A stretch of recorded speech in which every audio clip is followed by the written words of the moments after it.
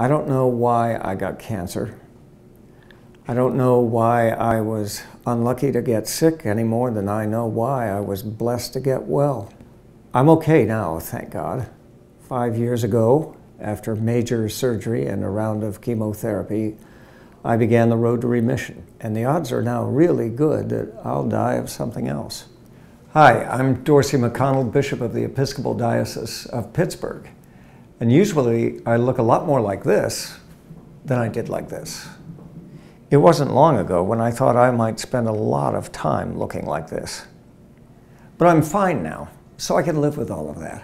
What I find hard to live with is this. A lot of people get sick and stay sick. Many of them are much younger than I am. So many of them are kids who should be thinking about the lives they have ahead of them instead of just thinking about how they're going to try to get through the next chemo. Some of these kids are the subject of the movie The Fault in Our Stars. The two main characters, Hazel Grace and Augustus, have cancer.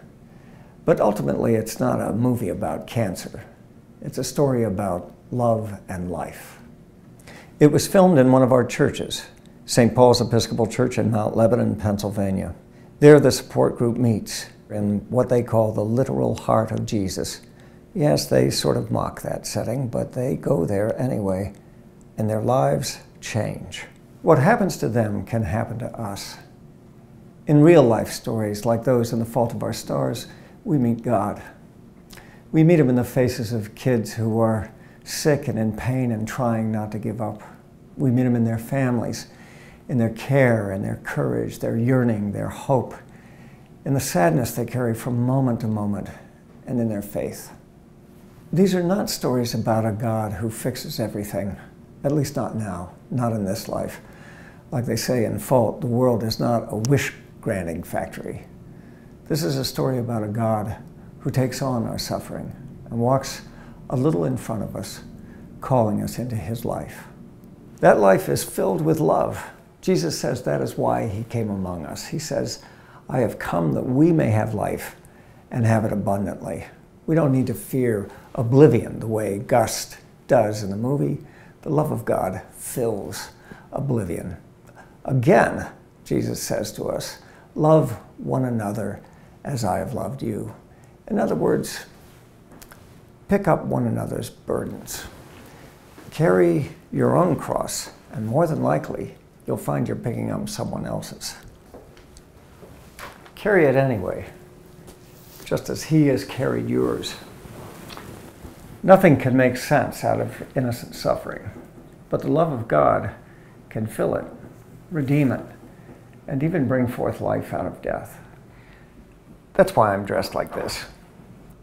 In the end, underneath all of our fancy clothes, our masks, our daily situations, we all look like this. We're all waiting for healing. We're waiting for the one who can bind up our conscience, heal the wounds in our past, and point us towards a future that is bigger than we are. And that one is the Christ.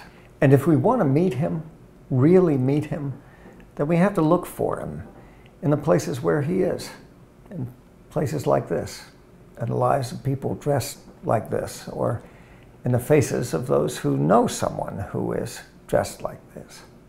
So get to know them, and I'll bet you will start to hear the voice of the God who calls to you, who has known you since before you were born, and who says to you, follow me.